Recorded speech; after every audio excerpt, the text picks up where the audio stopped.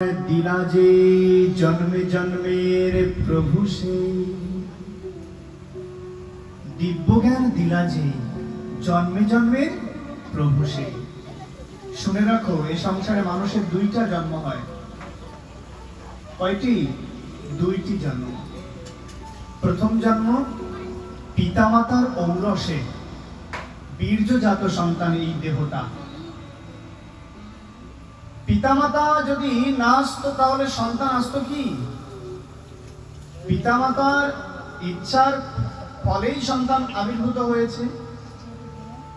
Eighty एकटी कलेबर क्षिति अब्तेज मरुद्गण द्वारा सृष्ट देह।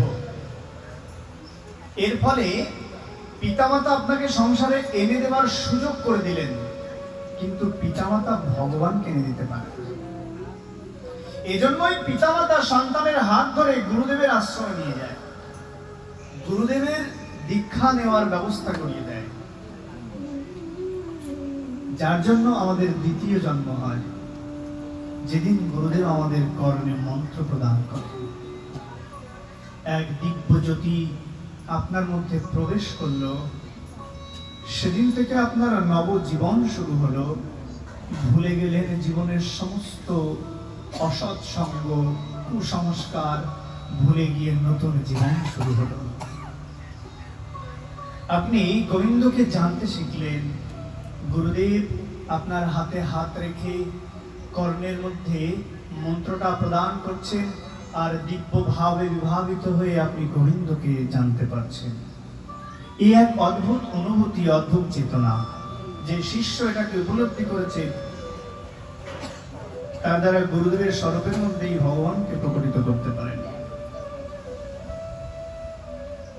দেখবে দীক্ষা দেওয়ার পর সন্তানের কি শিষ্য দ্বিতীয় নাম দেয়। আপনাকে যখন গুরু পরম্পরাতে গুরু প্রণালী দেবে, দেখবে সবার শেষে আপনার নামটি নতুন একটি নামের অধ্যায় সূচিত হয়েছে। এতদিন আপনি আচার্য ছিলেন, এতদিন আপনি ব্রাহ্মণ, শূদ্র, চণ্ডাল, আপনার উপাধি ছিল, আপনি চট্টোপাধ্যায়, মুখোপাধ্যায়, আর এখন আপনি শ্রীকৃষ্ণের দাস অনুদাস। বলে এটাই জীবনের একমাত্র পরিচয়। আচ্ছা, দীক্ষা দেওয়ার পর আমাদেরকে গুরুদেব দাস উপাধি কেন দেন? দাস মানে তো বলছি আমাদের কথায়, তাই না? দাস মানে কি? ছোট যারা, ছোট জাত, যারা ওই যে চামড়ার ব্যবসা করে, যারা চামড়ার কাজ করে, আমরা তাদেরকে দাস বলি, তারা ছোট বলি আমরা। আচ্ছা, তার হাতটা কেটে আর তোমার হাতটা কেটে একসাথে রক্তপাত করো তো, রক্ত ছোট বড় বোঝায়? রক্ত কি জাত বোঝায়? বোঝায় কি?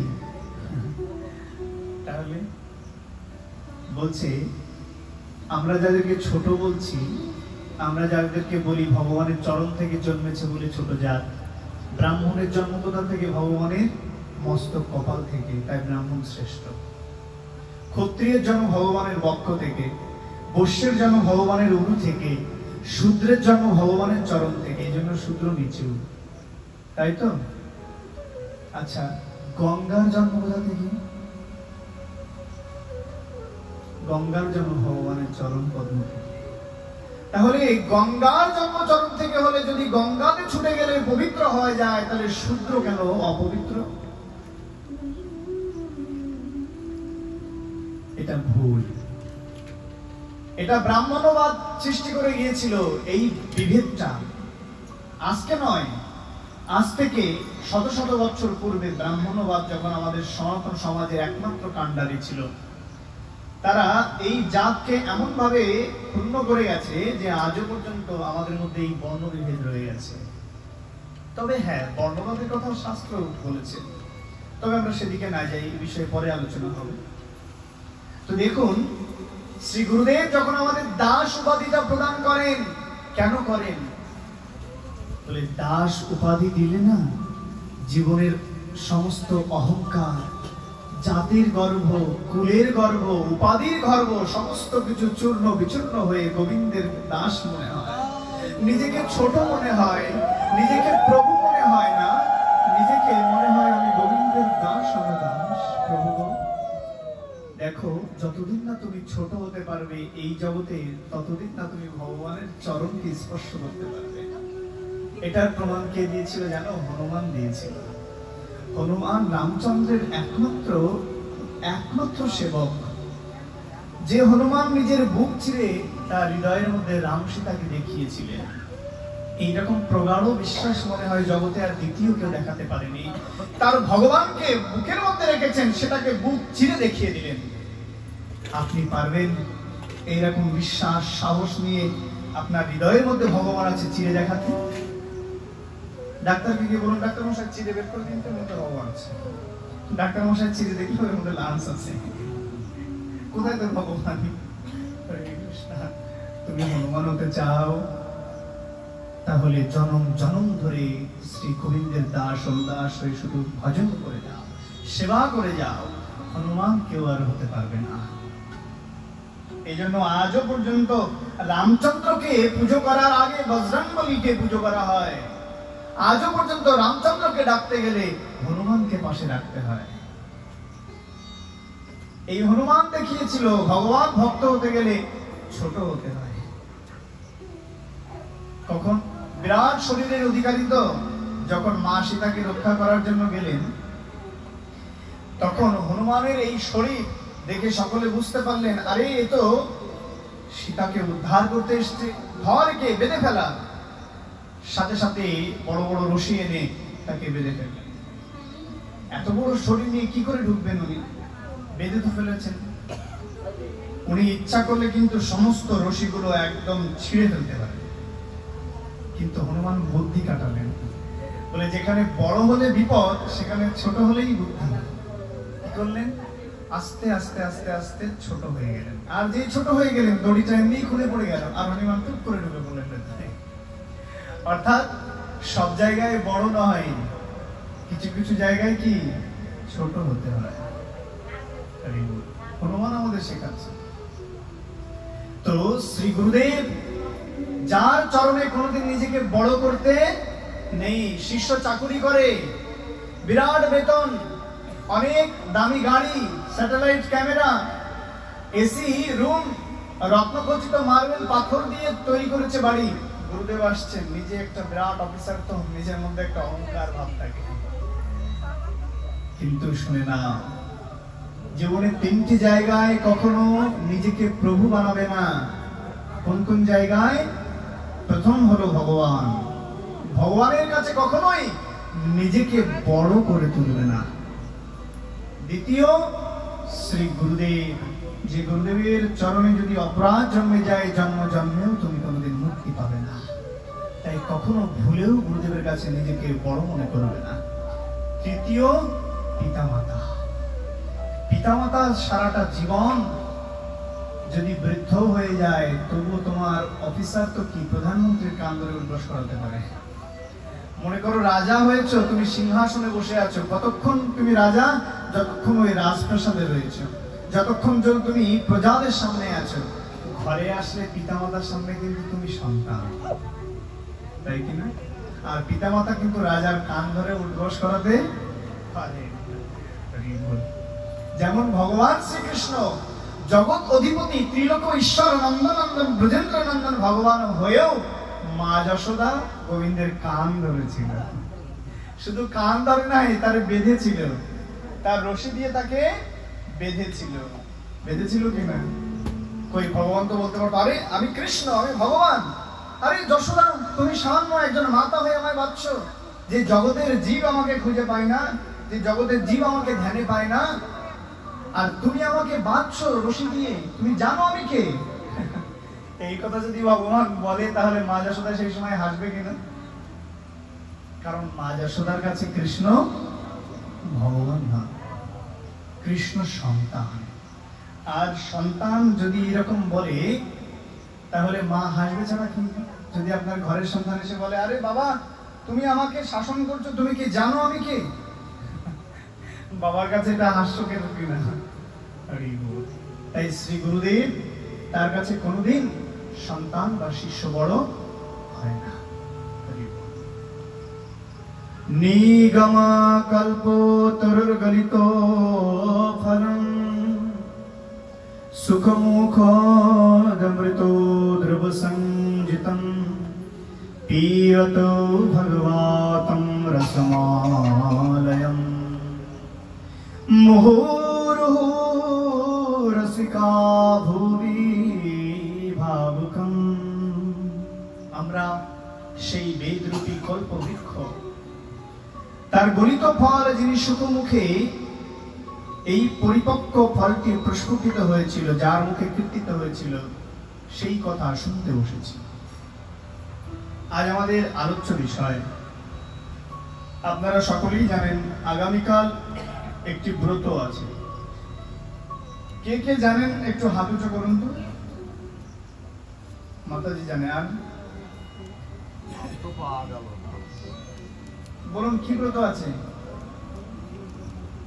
আচ্ছা, কালকে কোন সিরিয়াল হবে টিভিতে? আপনার ফেভারিট সিরিয়ালের একটা নাম বলুন দেখি। ও মাতাজি দেখেন না? কে বলছে? আপনি দেখেন না? আপনার তো বয়স হয়ে গেছে। আমি দেখি না সিরিয়াল, তাই জয় রাধে। আগামীকাল আমাদের একটি ব্রত আছে। কি ব্রত? নৃসিংহ চতুর্দশী। আচ্ছা, নৃসিংহ চতুর্দশী ব্রত আমরা অনেকেই দেখুন জানি না, করা তো দূরের কথা। আচ্ছা, আপনারা রামনবমী করেন? সকলে করেন। জন্মাষ্টমীটা সকলেই করা হয়, কারণ জন্মাষ্টমী মানে কৃষ্ণ এসে, মানে কৃষ্ণ মানে ভগবান এসে, রাম মানে ওটা আমাদের ভগবান না, ওটা খুব একটা গুরুত্ব নয়। আচ্ছা, আপনারা গৌর পূর্ণিমা করেন? গৌর পূর্ণিমা সকলে করে না, কিন্তু আপনি আশ্চর্য হয়ে যাবেন, আপনি যে বাঙালি, আপনার বাঙালি ভগবান যদি বলতে হয়, তিনি একমাত্র গৌরাঙ্গ মহাপ্রভু। আপনি প্রতিদিন যে গৌরাঙ্গ মহাপ্রভুর চরণে তুলসী দিচ্ছেন, আপনি প্রতিদিন যে গৌরাঙ্গের বীজ মন্ত্র জপ করছেন, আপনি প্রতিদিন যে গৌরাঙ্গের দেওয়া হরিনাম সংকীর্তন করছেন, অথচ সেই গৌরাঙ্গ মহাপ্রভুর আবির্ভাব তিনি পালন করেন না। এটা বাঙালির জন্য কলঙ্ক নয়? এই জন্য বলছেন, এই বাঙালির হিয়া অমিয় মাথিয়া নিমাই ধরেছে কায়া, এটা এক বাংলা সাহিত্যিক লিখেছিলেন, যিনি মুসলমান কবি। এক মুসলমান কবি গৌরাঙ্গ মহাপ্রভুর গুণ মহিমা লিখছেন, অথচ আমরা সনাতন ধর্মের বাঙালি হয়েও আমরা গৌর পূর্ণিমা পালন করি না। মহারাজ, আপনি তো অনেক দূরের কথা বললেন, আমরা এখন অনেকে গলায় তুলসীর মালা পরি না। এবার লজ্জাতে ঢেকে ফেলেন আপনাদের যাদের গলায় মালা নেই। হরে কৃষ্ণ। দেখুন, তুলসীর হার বললেই যে ভগবানকে পেয়ে যাবে বিষয়টা এমন নয়। তুলসীর হার অনেক জায়গায়, অনেক আমাদের সনাতন ধর্মের মধ্যে বিভিন্ন মার্গ আছে, অনেক মার্গেই কিন্তু তুলসীর হার করে না, কিন্তু তারা অন্য অলংকার করে। যেমন অনেকে রুদ্রাক্ষ পরে, যারা শিবের ভক্ত রয়েছে তারা কিন্তু রুদ্রাক্ষ পরে। কিন্তু আপনাকে বুঝতে হবে আপনি কেন তুলসী মালা পরবেন। প্রথম কথা, আপনার ভগবানকে কৃষ্ণচন্দ্র, আমরা যদি একমত হই তাহলে সকলে একটু হাত উঁচু করেন যে আপনারা কৃষ্ণকে ভগবান মানেন কে কে?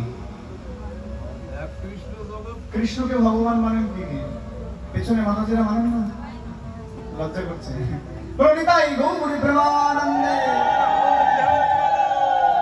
এই তো হাত তোলার সিস্টেম। যাই হোক, তো দেখুন, এই যে কৃষ্ণকে আমরা ভগবান মানি, যারা কৃষ্ণকে ভগবান মানবেন তারা অবশ্যই গলায় তুলসী মালা পরবেন। কেন? আচ্ছা, এই যে বাড়িতে অনুষ্ঠানটা হচ্ছে, এখানে কাকে রাখা হয়েছে? তুলসী দেবীকে। তুলসী দেবীকে না রেখে এখানে একটা নিম গাছ রাখলে হতো না? কেন হবে?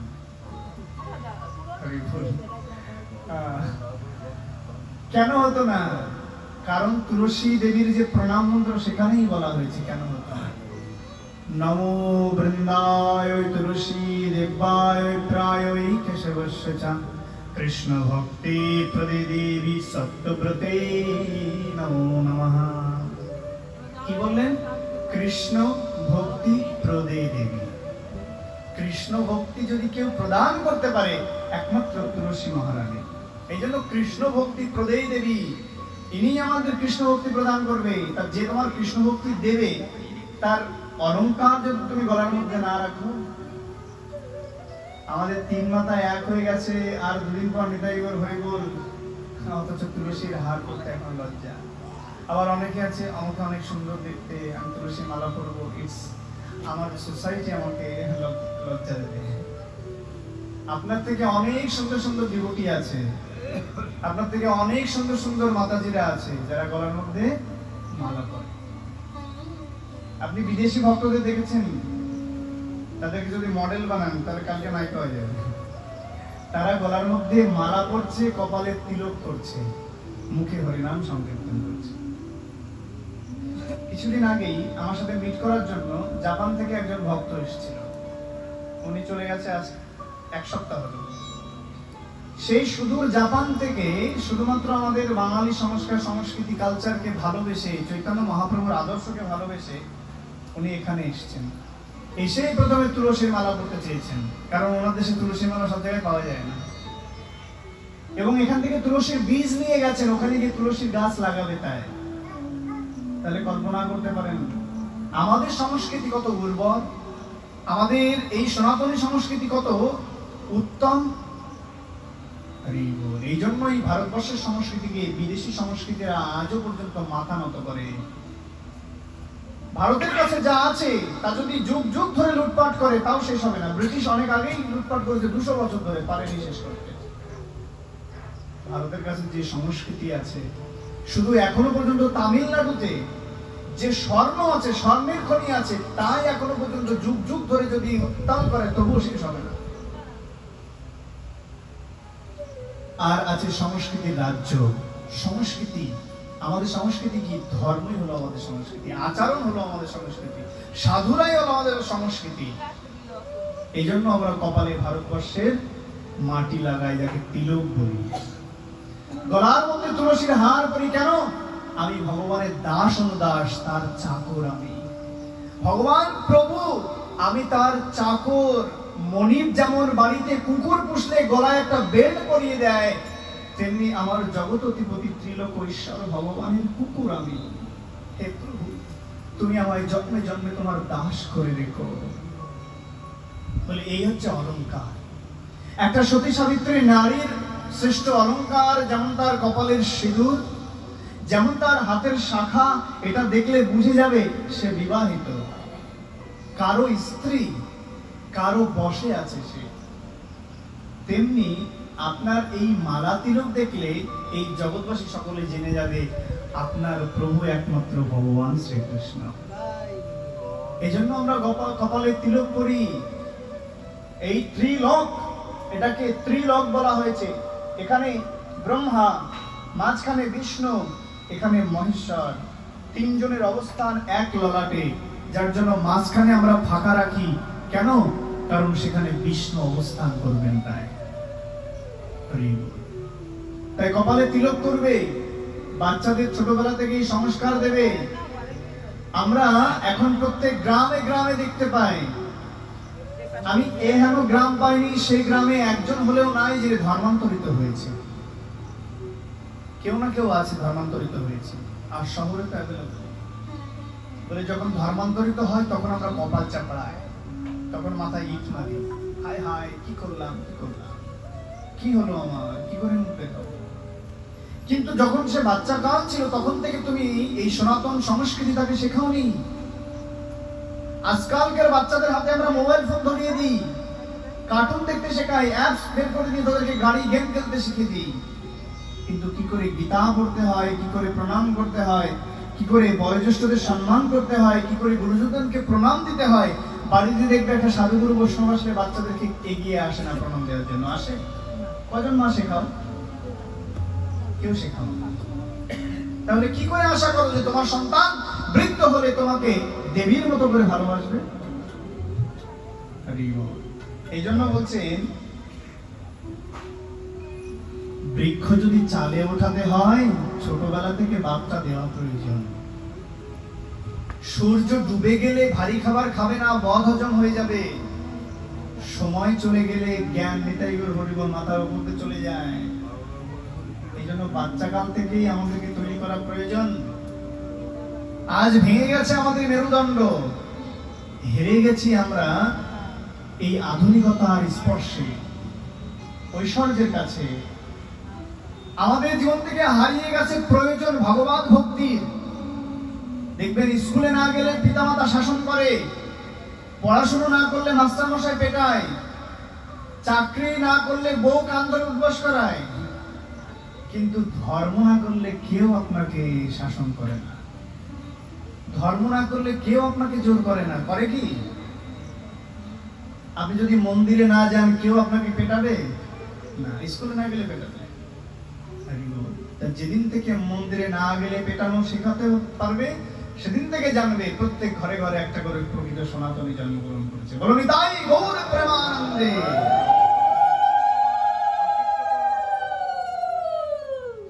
মন্দিরের প্রয়োজন আমাদের জীবন থেকে হারিয়ে যায়। মন্দিরে যায় কখন? বলে যখন পুজো হয়, দুর্গা পুজো হয়। বলে কিসের জন্য যায়? মাকে দেখতে। না না, মাকে নয়, আর যারা সেজে গুজে এসছে তাদেরকে দেখতে যায়। আরে ওটা কেমন সেজেছে, এটা ভালো, ওটা একটু খারাপ দেখতে, এটার পেছনে লেগে যাবে। তাই কিনা? দেখবে যদি মন্দিরে সেজে গুজে কেউ না আসে, মেয়ে ছেলেরা যদি না যায়, দেখবে যে একটা পুরুষ ছেলে পাবে, একটা ইয়ংকে পাবে না। এটা সত্য কিনা? কিন্তু বাস্তবিক আমরা মন্দিরে কেন যাব? প্রতিমাকে দর্শন করার জন্য। প্রতিমা কাকে বলে? প্রত্যেকের মধ্যে মাকে দর্শন করার নাম প্রতিমা। এই দুর্গা জননী আদ্যা শক্তি মহামায়া, যিনি যোগেশ্বরী, যিনি কালেশ্বরী, যিনি ভুবনেশ্বরী, যিনি আদ্যা শক্তির মহামায়া, যোগমায়া, যে যোগমায়ার অংশ প্রত্যেকটা নারীর মধ্যে আছে।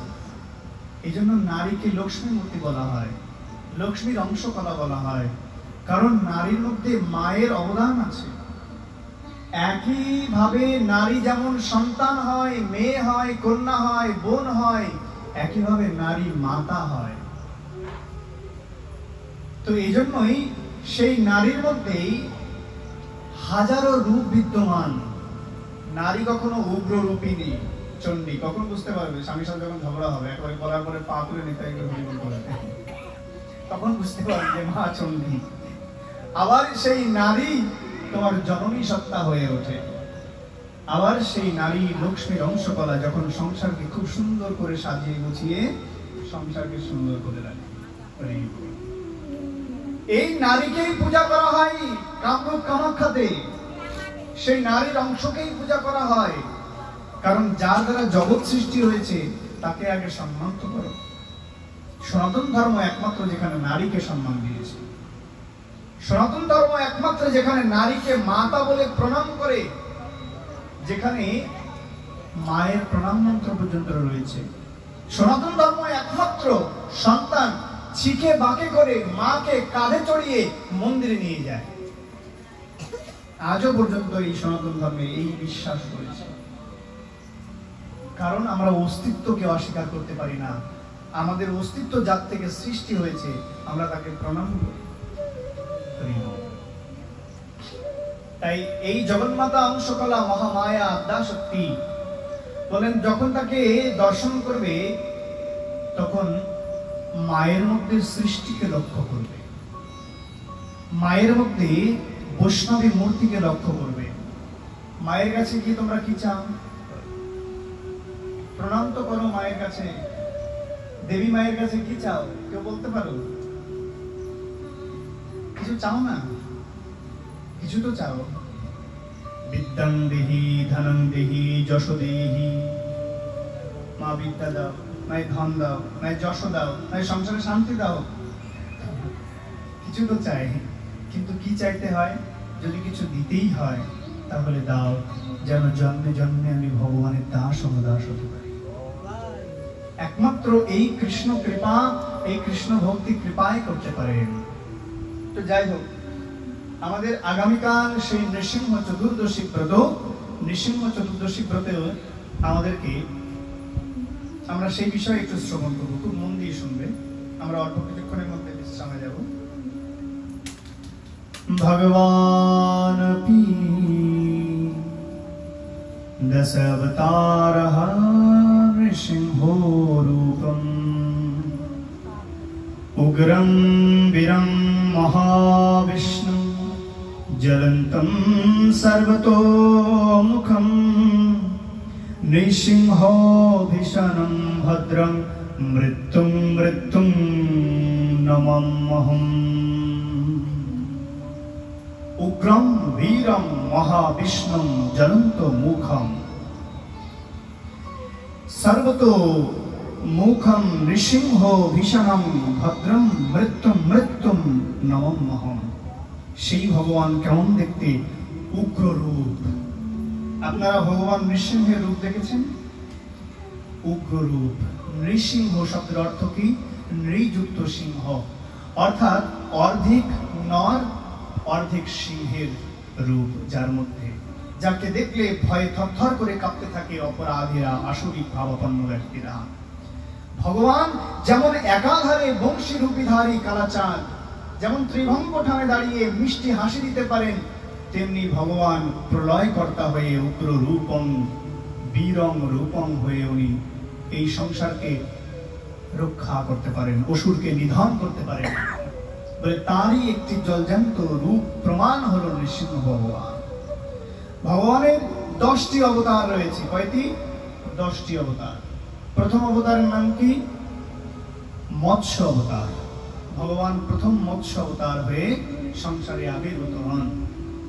এই মৎস্য অবতার, তারপর কি কুর্ম অবতার, বরাহ অবতার, বামন অবতার, পরশুরাম অবতার, রাম অবতার, বলরাম অবতার, বুদ্ধ অবতার, কল্কি অবতার এবং নৃসিংহ অবতার। আগামীকাল সেই নৃসিংহ চতুর্দশী, আগামীকাল সেই নৃসিংহ ভগবানের আবির্ভাব তিথি।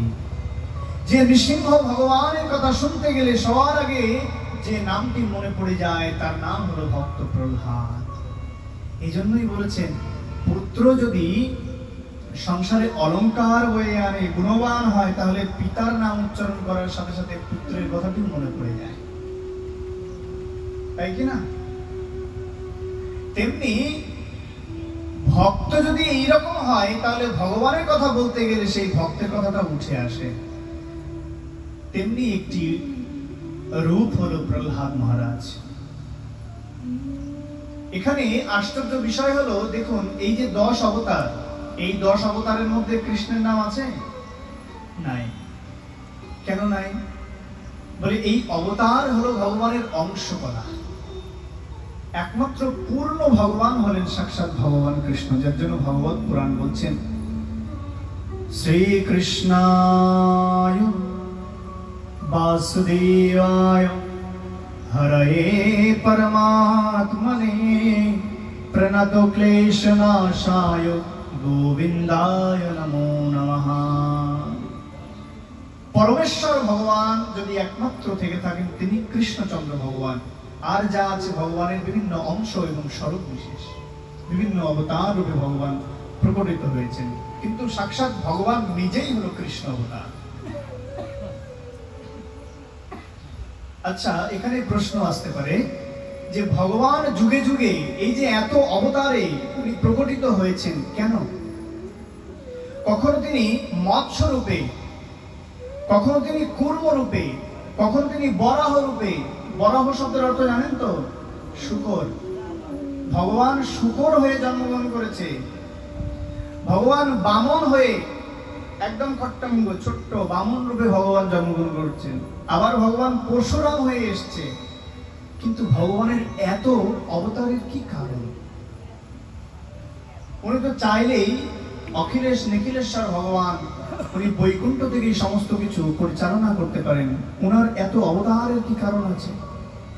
বলে দেখো, রাজা যদি আদর্শবান, নীতিবান, ধর্মপরায়ণ, সত্য, ন্যায়নিষ্ঠা, দয়াবান, গুণবান না হয় তাহলে প্রজারাও উচ্ছন্ন চলে যায়।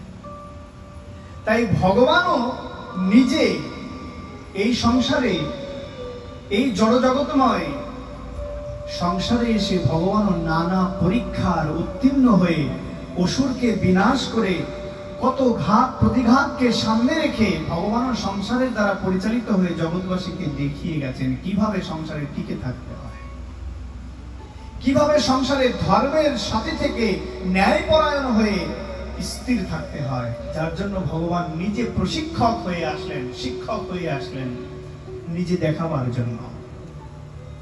এই জন্য ভগবানের লীলা বলেছেন এটা। যেমন একজন শুধুমাত্র লোক শিক্ষার জন্য নাট্য মঞ্চে উঠে একটা থিওরির ওপর, একটি গল্পের ওপর অভিনয় করেন, ওই গল্পটা লোক শিক্ষার জন্যই, তেমনি ভগবান এই সংসারে তার লীলাবিলাস করেন জগৎকে শিক্ষা দেওয়ার জন্য। তবে এখানেই ভগবানের শেষ নয়, ভগবানের নিজ সত্তা, নিজ শক্তি প্রয়োজনও রয়েছেন। রাধারানীর সহিত বিলাস, এই রাধারানীর সহিত লীলাবিলাস করার জন্য, মনোবাঞ্ছা পূর্ণ করার জন্য ভগবান আবির্ভূত হন শ্রী রাধে। তাই এই কৃষ্ণ অবতারে থেকে যে 10 অবতারের সৃষ্টি হয়েছে, তার মধ্যে নৃসিংহ অবতার, এই নৃসিংহ ভগবান যখন আবির্ভূত হলেন, উনি বধ করেছিলেন হিরণ্যকশিপুকে। এই হিরণ্যকশিপুর 3টে জন্ম হয়। যখন বৈকুণ্ঠ লোকে জয় বিজয় নামে 2জন দ্বারপালক ছিলেন, খুব মন দিয়ে শুনবে, এই বৈকুণ্ঠ লোকে জয় বিজয় নামে 2জন দ্বারপালক ছিলেন। এই দ্বারপালক নারদকে প্রবেশ করতে দেননি, কারণ তখন তিনি পোশাক শূন্য ছিলেন। যখনই পোশাক শূন্য অবস্থায় বৈকুণ্ঠ লোকে প্রবেশ করতে যাচ্ছেন, বাধা দিলেন। এই কে তুমি? যাও পোশাক পরে আসো, ভদ্রভাবে এসো, তারপর বলবো বৈকুণ্ঠে প্রবেশ করবে। ক্ষিপ্ত হয়ে গেলেন। আরে ভগবানকে দেখতে গেলে, যে ভগবানের লোক, যার নাম বৈকুণ্ঠ, যেখানে কোনো কুণ্ঠ বোধ নাই, সেখানে কিনা আমাকে পরিপাটি হয়ে আসতে হবে? তোরা ভগবানের দ্বার রক্ষক হয়ে তোদের বুদ্ধি হয়নি, অভিশাপ প্রদান করলাম। তোরা 3 জন্ম আসরিক ভাবাপন্ন অসুরের মতো ব্যবহার, তাই 3 জন্ম তোরা অসুর তুলে যাবি। যার জন্য জরাসন্ধ, শিশুপাল, রাবণ, কুম্ভকর্ণ এবং হিরণ্যাক্ষ এবং হিরণ্যকশিপু, এই 3টে জন্ম তাকে অতিবাহিত করতে হয়েছিল। তার মধ্যে আজকের যে কথাটি চলছে সেটি হলো এই হিরণ্যাক্ষ এবং হিরণ্যকশিপু। সেই সময়টি পৃথিবীর প্রথম দিকে, যখন আজ এই পৃথিবীতে আমরা বসবাস করছি, এই পৃথিবীটি ছিল জলামগ্ন, জলের মধ্যে। আজ যে পৃথিবীটাকে আপনারা দেখতে পাচ্ছেন, এক সময় এই পৃথিবীটি ছিল জলের মধ্যে। এটাকে উদ্ধার করছিল কে? বরাহ ভগবান। তিনি তার নাকের পরে করে এই পৃথিবীকে উদ্ধার করেছিলেন। তার আগে যুদ্ধ হয়েছিল হাজার হাজার বছর ধরে, কাদের সাথে? হিরণ্যাক্ষের সাথে। হিরণ্যকশিপুর ভাই ছিল হিরণ্যাক্ষ। তখন পিতা তাদেরকে বলেন, হিরণ্যাক্ষকে বলেন, তোকে আমার সম্পদ থেকে বঞ্চিত করলেও পৃথিবী নামক সম্পদ তোর, যা তুই সেটাকে ভোগ কর, গ্রহণ কর। যখন উনি পৃথিবীকে ভোগ করতে আসেন, ভগবান সেই পৃথিবীকে রক্ষা করতে আসেন। আর রক্ষা করতে এসে হিরণ্যাক্ষের সাথে যুদ্ধ হয়। 2 পক্ষের যখন যুদ্ধ হয়, হিরণ্যাক্ষকে নিধন করেন। নিধন করার ফলে হিরণ্যকশিপুর জেদ হয় যে, যে কোনো ভাবেই হোক এই ভগবানকে, অর্থাৎ বিষ্ণুকে, যে বরাহ ভগবান আমার ভাইকে কেড়ে নিয়েছে, আমি প্রতিজ্ঞা করলাম এই সংসারে যে কোনো ভাবেই হোক তার মৃত্যু এবং তার প্রতিশোধ আমি নেবই। হায় হায়, ভগবানের সাথে প্রতিশোধ নিতে চায়। ভগবানের কেউ প্রতিশোধ নিতে পারে কি? কিন্তু এই মূর্খ ভগবানের সাথে প্রতিশোধ নিতে গিয়ে নিজে সাধনা করতে বসলেন। এমন কঠোর সাধনা করলেন, তাকে আশীর্বাদ প্রদান করলেন শ্রীহরি। কি আশীর্বাদ? তুমি আমায় এমন আশীর্বাদ দাও যেন এই ত্রিলোকের কোনো দেব দেবতা, নর নারী কেউ আমাকে হত্যা না করতে পারে। তথাস্তু। বলে আর কিছু? বলে তুমি আমায় এমন আশীর্বাদ দাও যে আমার সকালে, দুপুরে, বিকালে, রাতে মৃত্যু হবে না। তথাস্তু। তুমি আমায় এমন আশীর্বাদ দাও, পৃথিবীর এমন কোনো অস্ত্র নাই যে অস্ত্র দ্বারা আমাকে কেউ হত্যা করতে পারে। তথাস্তু। তুমি আমায় এমন আশীর্বাদ দাও, ঘরে নয়, বাইরে নয়, আমার মৃত্যু হবে না। তথাস্তু। বারবার তাদেরকে পূর্ণ করলেন। বলে আর কিছু বলে না, এটুকু হলেই হবে। বেটা একবারে বলতে পারতো আমি অমর হতে চাই, এত কিছু চাওয়ার কি দরকার? এই যে ভগবানের কাছ থেকে চেয়ে নিলেন আমৃত্যু বর, দেখতে দেখতে সে নিজের বলে বলিয়ান হলেন। চিন্তা করলেন আমাকে কেউ নিধন করতে পারবে না। যখন মানুষের নিজের উপর, ক্ষমতার উপর বিশ্বাস চলে আসে, তখন সে এই সংসারে কাউকে আর মানুষ মনে করে না। তখন এই হিরণ্যকশিপু নিজের বলে বলিয়ান হয়ে গেলেন, কাউকে পরাভব করে না, সকলকেই পরাস্ত করতে চায় এবং সকলকেই বলে একমাত্র আমিই প্রভু, আমাকেই তোরা সকলে ভালোবাসবি, আমাকেই পূজা করবি, আমাকেই পুষ্প অর্পণ করবি। সকলে ভয়ে হিরণ্যকশিপুকে ভগবান মানতে লাগলেন। কিন্তু সেই কুলে জন্ম হলো সাক্ষাৎ ভক্ত প্রহ্লাদ। গোবরে যেমন পদ্ম ফুল ফোটে, তেমনি অসুর কুলে ভক্ত হয়ে জন্ম নিলেন প্রহ্লাদ। এই ভক্ত প্রহ্লাদের আবির্ভাব ঘটল। উনি বাল্যকাল থেকেই অপূর্বভাবে ভগবত চেতনায় উদ্বুদ্ধ। কিন্তু অসুর কুলে জন্মেছে যেহেতু, স্বাভাবিকভাবে তার পড়াশোনা করার জন্য অসুরদের স্কুলে পাঠালেন, যেখানে আসরিক শিক্ষা দেওয়া হয়, কি করে লুটে পুটে অন্যকে হত্যা করতে হয়, কি করে রাজবিদ্যা নিতে হয়, অস্ত্র শিক্ষা, ধনুর্বিদ্যা, কূটনীতি, রাজনীতি ইত্যাদি সমস্ত কিছু শেখাতে লাগলেন।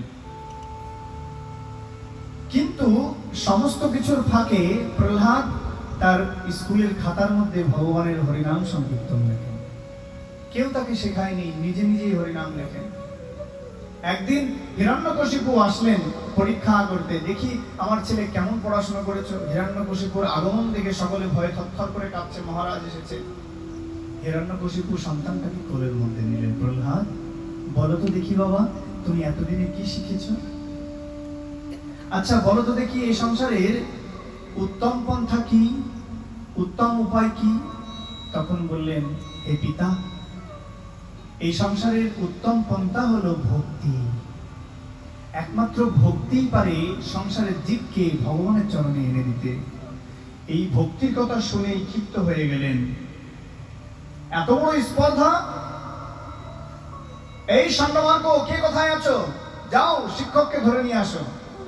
শিক্ষককে ধরে আনলেন। তোমার এত বড় স্পর্ধা, তুমি আমার সন্তানকে হরিভক্তি শেখাও? তুমি জানো তোমাকে মৃত্যুদণ্ড দিতে পারি? থরথর করে কাঁপছে। মহারাজ, আমি এটা করিনি, আমি জানিও না আপনার সন্তান কি করে এই হরিভক্তি বিদ্যা পেল। তখন সন্তানকে ভালোবেসে শেখাচ্ছে যে বাবা দেখো, শিক্ষক যেটা বলে সেটাই শিখতে হয়, বাইরের কারো কথা তুমি শুনবে না, আর পাহারা আরো বেশি করে বাড়াও, জানো এর মধ্যে কেউ এসে তাকে হরিভক্তি শিখাতে না পারে। আবার কিছুদিন পর আসলেন, এসে সন্তানকে আবার ডাকলেন, কোলের মধ্যে নিয়ে বলছেন, খোকা এবার বলো দেখি এই সংসারের শ্রেষ্ঠ বিদ্যা কি? তখন প্রহ্লাদ মহারাজ বললেন, কৃষ্ণ ভক্তি বিদ্যা বিনে বিদ্যা নাহিয়া, কৃষ্ণ ভক্তি বিদ্যা জগতে শ্রেষ্ঠ। নববিধা ভক্তি কথা বললেন। শ্রবণ কীর্তন স্মরণ বন্দন পাদ সেবন দাসরে, পূজন সখী জনাত্ম নিবেদন গোবিন্দ দাস ভিলাসরে। এই নববিধা ভক্তির কথা প্রথম প্রহ্লাদ মহারাজ বলেছিলেন। 9 প্রকারে ভগবানকে ভালোবাসা যায়, শ্রবণ তার মধ্যে শ্রেষ্ঠ। এই জন্য আমরা প্রত্যেকেই শ্রবণ করি। শ্রবণ না করলে গোবিন্দকে জানা যায় না। এই কথা শ্রবণ করে কোল থেকে ছুঁড়ে ফেলে দিলেন সন্তানকে। আর নয় তোমার বিদ্যা, এখনই এর মুখ থেকে এই হরি কথা কি করে বিনাশ করতে হয় তা আমার ভালো করে জানা আছে। মত্ত হস্তে নিচে ফেলে দিলেন। এই সংসারে এমন কোন পিতা আছে সন্তান ভগবত ভক্তি করছে বলে সন্তানকে মেরে ফেলতে চায়? বলে এমন হাজারো আছে। দেখবে সন্তান ভক্তি পথে গেছে, তখনই মায়ের চিন্তা, যদি গোসাই হয়ে যায়, আর গোসাই হয়ে যদি বৃন্দাবন চলে যায়, তাহলে বৃদ্ধ বয়সে আমাকে না খেয়ে থাকতে হবে। আচ্ছা তোমার ছেলেকে যে শিক্ষিত করেছো, কয়টা শিক্ষিত ছেলে তোমাকে বৃদ্ধ বয়সে দেবীর মতো ভালোবাসে? তাহলে এর থেকে উত্তম নয় কি যে সেই সন্তানের জন্মটাকে সার্থক করা, ভগবত ভক্তি উপদেশ দেওয়া? কিন্তু সন্তান যদি দেরি করে ঘরে ফেরে, তবু মায়ের খুব একটা দুঃখ নেই, সন্তান যদি বন্ধুদের সাথে নেশা করে তবুও অতটা দুঃখ নেই, সন্তান যদি বকে যায় তবুও দুঃখ নাই, কিন্তু সন্তান যদি সাধু হয়ে যায় তবেই মায়ের টেনশন। এই জন্যই আমাদের সনাতন ধর্মে এখন আর স্বামীজির মতো মহতের জন্ম হয় না। এই জন্যই আমাদের ঘর থেকে দেবতার মতো পুত্রের জন্ম হয় না। তাই মায়েদেরকে সর্বাগ্রে এই ভক্তিকে আশ্রয় করতে হবে, তবেই ভক্ত সন্তানের জন্ম হবে। তাই প্রহ্লাদ এমন পুত্র হয়েছেন, তাকে মেরে ফেলার জন্য পিতা হরিভজন করছে বলে মত্ত হস্তির নিচে ফেললেন, কিন্তু হাতিও ভগবান ভক্তকে মারে না। হস্তি তাকে প্রণাম করে চলে গেলেন, দেখে সকলে বিস্মিত হলেন। প্রহ্লাদকে বিষ মাখা নাড়ু দিয়ে হত্যা করার জন্য পাঠিয়ে দিলেন, কিন্তু ভক্ত ভগবানকে কিছু না দিয়ে খায় না। ভগবানকে নাড়ু মাখা ওই বিষ মাখা নাড়ুটা প্রহ্লাদ ভগবানকে অর্পণ করছেন। হে গোবিন্দ, তুমি খাও, আমি তো তোমাকে না দিয়ে কিছু খাই না। চিন্তা করতে পারো, ছোট্ট বাচ্চাটা তার খাবারের মধ্যে বিষ মাখিয়েছেন নিজের পিতা তাকে মেরে ফেলার জন্য, আর সেই ভক্ত ভগবানকে নিবেদন করছেন, সে নিজেও জানে না তার মধ্যে বিষ। আজ ভগবান বৈকুণ্ঠ লোক থেকে দেখতে পাচ্ছে, হাই হাই আমার ভক্তের বড় বিপদ, এখনই আমাকে যেতে হবে। উনি নিজের থলে থেকে অমৃতময় মহাপ্রসাদের থালি থেকে সেই নাড়ুখানা, অমৃত নাড়ুখানা প্রহ্লাদকে দিলেন, আর সেই বিষ মাখা নাড়ুখানা ভগবান নিজে গ্রহণ করে জগৎকে জানিয়ে দিলেন, বলে আমার ভক্তের বিনাশ হয় না। ন বিনাশতি মম ভক্তা, আমার ভক্তের বিনাশ কেউ করতে পারে না। প্রহ্লাদকে কি করলেন? তার বোন হোলিকার কোলের মধ্যে বসিয়ে আগুনের মধ্যে ছেড়ে দিলেন, বোন পুড়ে ছাই হয়ে গেল, কিন্তু প্রহ্লাদের কিছু হল না। তার কোমরের মধ্যে পাথর বেঁধে জলের মধ্যে ফেলে দিলেন, পাথর ভেসে উঠলো, প্রহ্লাদের কিছু হলো না। আহা, এইরকম ভক্ত সন্তান জগতে কে আছে? ভগবান তাকে রক্ষা করলেন। সমস্ত কিছু শেষে যখন প্রহ্লাদকে বললেন, বল তোর শ্রীহরি কোথায় আছে, দেখাতে পারবি তোর শ্রীহরিকে? আমি এখনই তোর শ্রীহরিকে নিধন করব। প্রহ্লাদ হাসতে হাসতে বললেন, পিতা, সে কোথায় নাই বলো? সর্বত্রই ভগবান বিরাজ করছে। তোমার মধ্যে, আমার মধ্যে, এই সর্বত্র ভগবান রয়েছে। তখন হিরণ্যকশিপু দেখালেন একটা ফটিক স্তম্ভ, বলে এই ফটিক স্তম্ভের মধ্যে তোর শ্রীহরি আছে কি? বলে অবশ্যই আছে। দুম করে গদা দিয়ে আঘাত করলেন ওই ফটিক স্তম্ভের মধ্যে, পিলার থেকে চুরমার করে ভেঙে তছনছ করে সেখান থেকে বেরিয়ে আসলো সাক্ষাৎ নৃসিংহ ভগবান। হুঙ্কার গর্জন দিয়ে বলো, নৃসিংহ ভগবান কি জয়, নৃসিংহ ভগবান কি জয়, প্রহ্লাদ মহারাজ কি জয়। নৃসিংহ ভগবান আবির্ভূত হলেন। ভগবান উগ্র রূপ ধরে, উগ্রং বীরং মহাবিষ্ণুং জ্বলন্তং সর্বোতমুখং নৃসিংহ ভীষণং ভদ্রং মৃত্যুং মৃত্যুং নমাম্যহম। বলেন অকাল মৃত্যু পর্যন্ত ছেড়ে যায় যদি এই মন্ত্রকে উচ্চারণ করে, এমন কার্যকরী মন্ত্র। মৃত্যু মৃত্যুম নমাম্যহম, মৃত্যু পর্যন্ত তোমাকে নমস্কার করে চলে যায় ভগবান নৃসিংহদেবের নাম জপ করলে। সেই নৃসিংহ ভগবান সাক্ষাৎ মহাকাল মৃত্যু হয়ে আজ আবির্ভূত হয়েছেন। সাথে সাথে কি করলেন? হিরণ্যকশিপুকে নিজের কোলের মধ্যে বসালেন। কোথায়? দরজার চৌকাঠে। সময় কখন? সন্ধ্যার সময়। এই জন্য নৃসিংহ চতুর্দশী ব্রত পালন করতে হয় সন্ধ্যার সময়। এই সন্ধ্যার সময় কেন সন্ধ্যার সময় করলেন? কারণ ওই যে কথা দিয়েছিল তার দিনেও মৃত্যু হবে না, রাতেও নয়, এই জন্য সন্ধ্যা বেছে নিলেন। আর কোন নর নারী দেবতা আমার তাকে হত্যা করতে পারবে না, কোন মানব তাকে হত্যা করতে পারবে না, কিন্তু ভগবান কোন নর না নারী না মানব, কোন অস্ত্র দিয়ে তাকে হত্যা করতে পারবে না। ভগবান নিজের নখ দিয়ে তার নাড়ি ভুঁড়ি বের করে ফেললেন, একদম পেটটা চিড়ে ফেললেন। বলে নখের থেকে বড় অস্ত্র আছে? ভগবানের কথাও রক্ষা হলো, আবার তার নিধনও হলো। এবং কি বললেন? বললেন ঘরেও নয় বাইরেও নয়। কোথায় তাকে হত্যা করেছিল? দরজার চৌকাঠে, একদম মিডিল পয়েন্টে। তাকে যখন হত্যা করলেন, ওই পিশাচ, ওই অসুর নৃসিংহ ভগবান যখন হিরণ্যকশিপুকে হত্যা করলেন, প্রহ্লাদ মহারাজ থরথর করে কাঁপছেন পাশে দাঁড়িয়ে। হে প্রভু, তুমি শান্ত হও, তুমি শান্ত হও। ভগবান নৃসিংহদেব প্রহ্লাদকে কোলের মধ্যে তুলে নিয়ে লেহন করছেন, জিহ্বা দিয়ে আদর করছেন। তোমার ভয় নেই, আমি অপরাধীর কাছে ভয়ের কারণ, কিন্তু ভক্তের কাছে নয়। আমি তোমার ভগবান, তুমি আমার দিকে তাকাও। প্রহ্লাদ শান্ত হলেন, নৃসিংহদেবও শান্ত হলেন। তখন প্রহ্লাদ করজোড়ে বলছেন, হে ভগবান, আপনি আমার পিতাকে ক্ষমা করে দিন।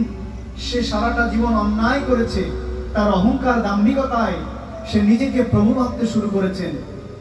আপনি তাকে ক্ষমা করে দিন, তার অপরাধ নেবেন না।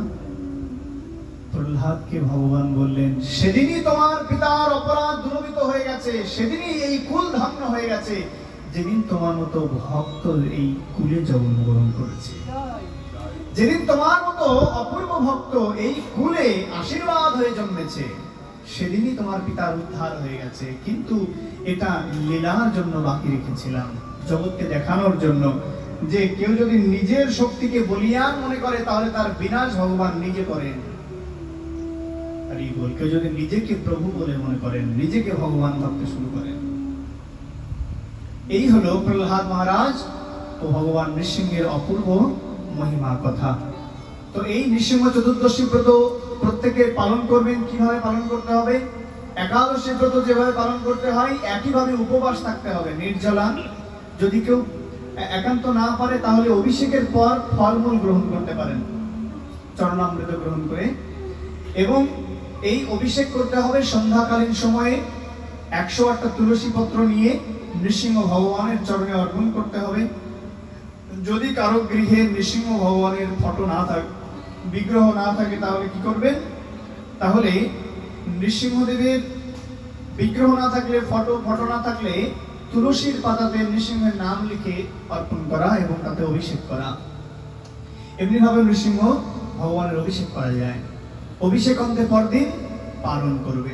বলছেন, যে এই নৃসিংহ ব্রত পালন করবে এবং এই নৃসিংহ ভগবানের নাম জপ করবে ও চতুর্দশী ব্রতকে সম্পূর্ণভাবে নিয়ম অনুযায়ী ব্রত করবে, বলবেন তার অকাল মৃত্যু মুহূর্তে খণ্ডন হয়ে যায় এবং জন্ম জন্মান্তরের পাপ বিধৌত হয়ে যায়। বলো নিতাই গৌর প্রেমানন্দে হরি, সদাই গৌর প্রেমানন্দে হরি হরি শ্রী রাধে। আসুন আজ আমাদের এই ভগবত কথা এখানেই বিশ্রাম রাখি। সর্বশেষে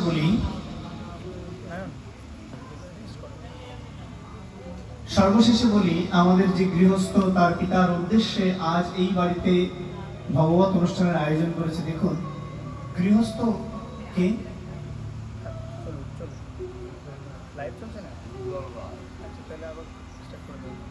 জয় রাধে। দেখুন, গৃহস্থ আমাদের যে ভাগবত অনুষ্ঠানের আয়োজনটা করেন, এই সংসারে শ্রেষ্ঠ দাতার নাম কি জানো? বলেন, শ্রেষ্ঠ দান কোনটি? অন্নদান, বস্ত্রদান? বললেন সংসারের শ্রেষ্ঠ দানের নাম হলো জ্ঞান দান। তার মধ্যে শ্রেষ্ঠ হলো ভগবত ভক্তি দান, ভগবত বিদ্যা দান। বললেন শ্রেষ্ঠ দাতা হলো যিনি ভগবত কথা জগতে উপহার দেন, তার মতো শ্রেষ্ঠ দাতা জগতে আর কেউ নাই। এবং দ্বিতীয় দাতা হলো যিনি এই ভগবত কথা পরিবেশন করতে সহযোগিতা করেন, যে গৃহস্থ ভক্ত, যার আয়োজনে এইরকম ভক্তরা ভগবানের দিব্য কথা শ্রবণ করতে পারেন। এই জন্য বলছেন যে ভগবত কথা কলাকার এবং যিনি আয়োজনকারী উভয়ই এই ভক্তি লাভ করবেন। তাই তিনি চেয়েছেন যে এই শ্রেষ্ঠ দান যেন সমস্ত জীব, সমস্ত জগতের লোক সকলেই প্রাপ্ত হতে পারেন। আপনি যদি কাউকে অন্নদান করেন তাহলে আগামীকাল সকাল পর্যন্ত তার পেটে থাকবে। আপনি যদি বস্ত্র দান করেন 6 মাস না হয় বস্ত্রটা যাবে। আপনি যদি কাউকে অর্থ দান করেন না হয় 6 বছর যাবে। কিন্তু আপনি যদি কাউকে জ্ঞান দান করেন তাহলে জন্ম জন্মান্তর সেই জ্ঞান প্রকৃষ্ট হয়ে উঠবে, গ্রো অ্যান্ড গ্রো। এই জন্য তাকে বলা হয়েছে কি? পরমার্থ। পরমার্থ কাকে বলে? অর্থকে বুঝতে পারলে পরমার্থ বুঝবে। আচ্ছা, অর্থনীতির স্টুডেন্ট যদি কেউ থাকেন, অর্থনীতিতে অর্থ কাকে বলে? যা মানুষের প্রয়োজন সিদ্ধ করে তাকেই অর্থ বলে। অর্থের একটা স্বভাব আছে, কি? খরচ করলে ফুরিয়ে যায়, খরচ করলে ফুরিয়ে যায়। কিন্তু যা খরচ করলে ফুরায় না, দ্যাটস গ্রো এন্ড গ্রো, তার নাম কি? নলেজ, তার নাম জ্ঞান। এই জ্ঞানের মধ্যে শ্রেষ্ঠ কোনটি? পারমার্থিক জ্ঞান।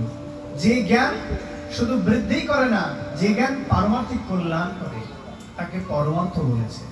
এই পরমার্থ ফুরায় না, এ বাড়তেই থাকে। এই জন্য শ্রেষ্ঠ দান হলো পরমার্থ জ্ঞান দান, পারমার্থিক জ্ঞান। এই জন্যই আমরা বিদ্যালয়ের পাশাপাশি যেন সকলেই শ্রী গুরুদেবের চরণ থেকে, ভগবত কথাকলাকার থেকে আমরা এই দিব্য জ্ঞানকে আস্বাদন করতে পারি। এই জ্ঞানই একমাত্র পারে আমাদের বিবেককে খণ্ডন করতে, এই জ্ঞানই একমাত্র পারে আমাদের চিত্তকে নির্মল করতে। যেমন শরতের বর্ষাধারা যখন নিপতিত হয়, দেখবে বৃষ্টি যেদিকে যাচ্ছে ময়লাগুলো ধুতে ধুতে যাচ্ছে, তেমনি পারমার্থিক জ্ঞান, ধর্মকথা যখনই শ্রবণ করবে তোমার বিবেককে জাগ্রত করতে করতে যাবে। এই জন্য শ্রেষ্ঠ দাদার মধ্যে আর একজন হলো এই গৃহস্থ, যিনি আমাদেরকে এই সুযোগ করিয়ে দেন। হরি বল। তাই আমি তার চরণে প্রণাম জানাই এবং তার পিতার উদ্দেশ্যে আজকের এই অনুষ্ঠান যেন সফলমণ্ডিত হয়। সকলে আমরা প্রার্থনা করব যেন তার পিতা ভগবত ধাম প্রাপ্ত হয়। দেখুন, মৃত্যু এই সংসারে প্রত্যেকটা জীবের হবে, হবে তো? এমন কেউ আছেন জোর করে হাত তুলে সাহস করে বলতে পারবেন আমি মরবো না? আছেন? কেউ নাই। আপনারা কি বিশ্বাস করেন মরবেন?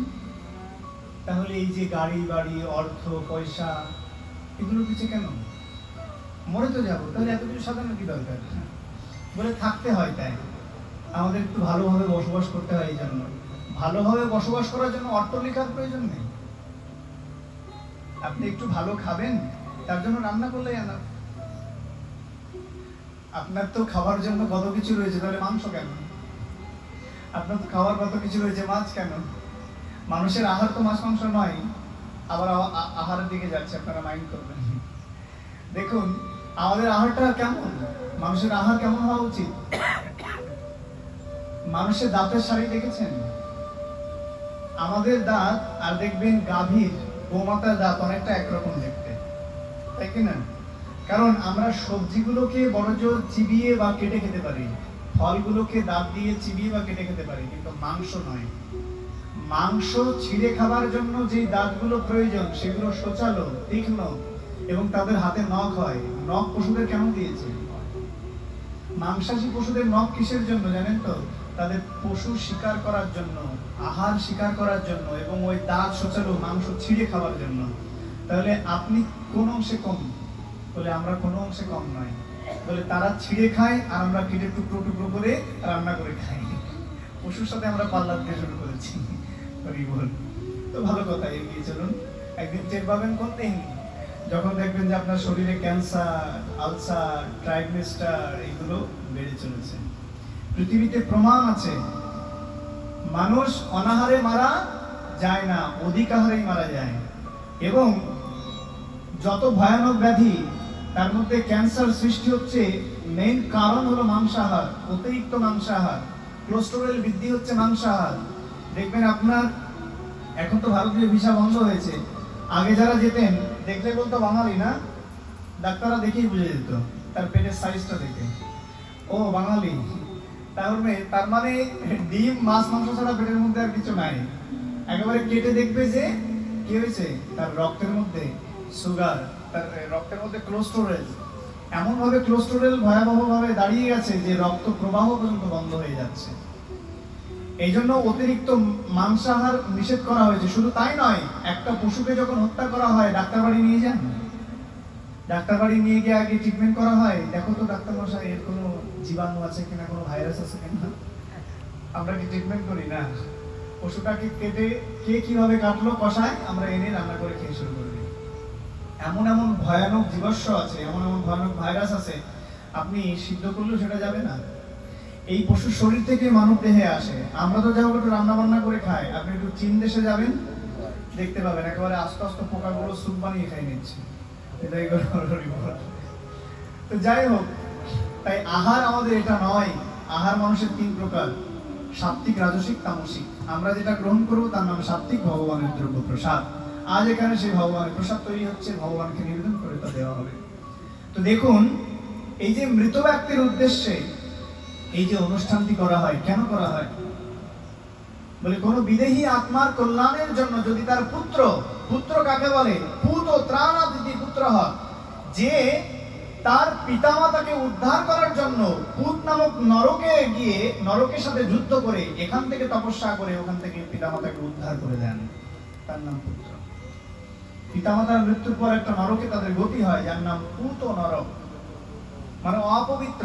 পুত শব্দের অর্থ এই যে পুত নামক নরকে তাদের গতি হয়, সেখান থেকে উদ্ধার করার জন্য এই সংসারে পুত্রের জন্ম দিয়ে যেতে হয়। এই জন্য পুত্রের আবশ্যকতা আছে, শুধু মুখাগ্নের জন্য নয়, শুধু জেনারেশনের জন্য নয়, উদ্ধার কল্পের জন্য পুত্রের প্রয়োজন। তাই পুত্র সন্তান হলে ভালো, বলে যার কুলে পুত্র সন্তান নেই তাহলে কি করবে? তাদেরকে উদ্ধার হবে না। বলে কন্যারাও এই প্রকার ভগবত ভজনের আয়োজন করতে পারেন, এই প্রকার সাধনার আয়োজন করতে পারেন। আরো আনন্দের বিষয়, যদি একটা কুলে পুত্র সন্তান ভক্ত হয় বলে তার 14 পুরুষ উদ্ধার হয়, কিন্তু একটা কুলে যদি কন্যা সন্তান ভক্ত হয় তার 21 কুল উদ্ধার হয়ে যায়। এই জন্য পুত্রের থেকে কন্যা আরো বেশি সৌভাগ্যশালী। কিন্তু পুত্র সরাসরি পিতামাতার জন্য কামনা করতে পারেন, তাই পুত্র সন্তানের জন্ম দিয়ে যাওয়া প্রয়োজন আছে। তাই পিতামাতার উদ্দেশ্যে যে পুত্র এই ধর্মানুষ্ঠান করে নিঃসন্দেহে সে সৎ পুত্র এবং তার পিতামাতার কল্যাণের জন্য তিনি চিন্তিত। 12 বছর এইভাবে যদি গয়ার পিণ্ড দান না করে গৃহে এইভাবে মহাপ্রভু ভোগের আয়োজন করা হয়, তাহলে তার পিতা অনায়াসে ভগবত ধাম প্রাপ্ত হয়। বলেন তাই গৌর প্রেমানন্দে। সেখানে এনার পিতা 23 বছর চলছে। এটা খুব ভালো লাগলো শুনে আমার, যে এই 23 বছরই এভাবে চলছে মনে হয় অনুষ্ঠান। আমাদের সময় সংক্ষিপ্ত, আসুন আমরা সকলেই তার পিতার কল্যাণের জন্য 2 হাত তুলে 3 বার হরিনাম সংকীর্তন করে এখানে বিশ্রাম রাখবো। কেমন? সবাই 2 হাত তুলে একসাথে বলুন, হরে কৃষ্ণ কৃষ্ণ কৃষ্ণ হরে হরে, হরে রাম রাম রাম হরে হরে, হরে কৃষ্ণ কৃষ্ণ কৃষ্ণ হরে হরে, হরে রাম রাম রাম হরে হরে, হরে কৃষ্ণ কৃষ্ণ কৃষ্ণ হরে হরে, হরে রাম রাম রাম হরে হরে। জয় জয় শ্রী গুরু প্রেমানন্দ গৌর হরি বল, গদাই গৌর প্রেমানন্দ হরি বল। সে আধে এবার আপনারা কীর্তন করুন, ঠিক আছে?